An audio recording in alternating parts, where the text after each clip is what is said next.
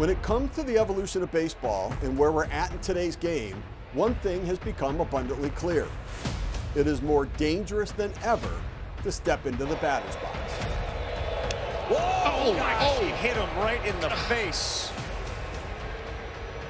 Okay. Couple inches to the right or left, it's my eye, and who knows what happens there. You know, if it's a couple inches higher, it hits me in the forehead, who knows what happens there. So, given the circumstances, I'm very lucky.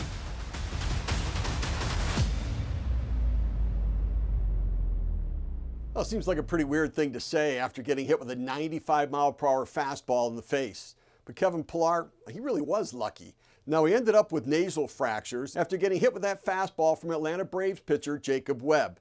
But it could have been a whole lot worse. In fact, this wasn't even the first scary moment of the season. Part of the lineup here. Oh, wow. Oh, no. Back in April, Bryce Harper got hit with a 97-mile-per-hour fastball from Genesis Cabrera of the St. Louis Cardinals. Harper also avoided serious injury.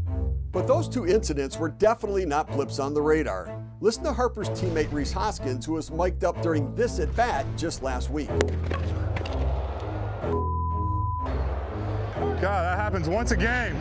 Over the last 30 years, hit by pitches have doubled. In the early 90s, they were well under 0.5 per game. But now we're seeing almost 1 per game.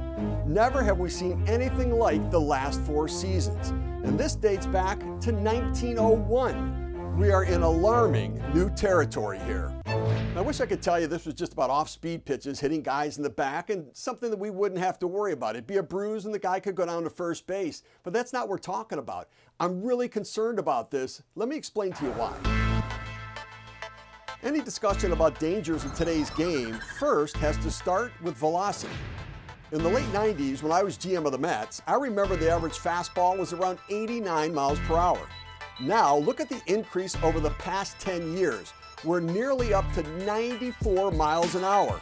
And this next stat is even more telling. We're barely 2 months in, and this season already, there have been over 200 pitches throwing at least 100 miles per hour. We've already surpassed last year's total from the shortened season. Simply put, we are seeing more hard throwers than pure pitchers in today's game. And the difference between low 90s and something closer to 100 is a huge difference when you're in the batter's box. Hitters have far less time to react to the ones that get away from the pitcher. Secondly, we've got to talk about location and command and the areas of the strike zone that are being targeted. We've seen an all-or-nothing approach to hitting in today's game. Pitchers know that most hitters are swinging for the fences, and the best way to counteract that uppercut swing is to avoid the middle to the lower part of the zone. They want swings and misses up in the zone. The problem is, if one gets away from the pitcher, it will more than likely end up near the batter's head. This is a byproduct of scouting departments valuing velocity over command. For the guys that throw the hardest, location is not necessarily their strength. Now, the hitters aren't helping themselves either. In fact, they're making themselves more vulnerable with those all-or-nothing swings.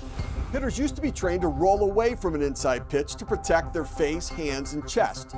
But with hitters thinking home run all the time, their first move is to lower that back shoulder to get the right launch angle.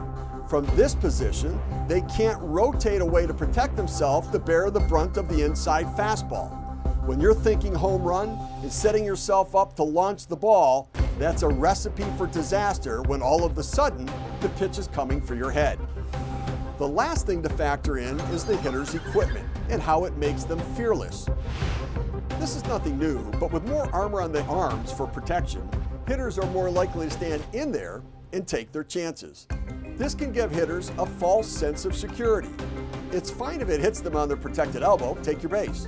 But when a fastball is coming for your head, that initial pause and the mentality to stand in there can be catastrophic. It's just another reason it feels like we're flirting with disaster. So as you can see, it's both the pitchers and the hitters and the obsession with strikeouts and home runs that's led to an increasingly dangerous situation in today's game. We can only hope the worst-case scenario never plays itself out.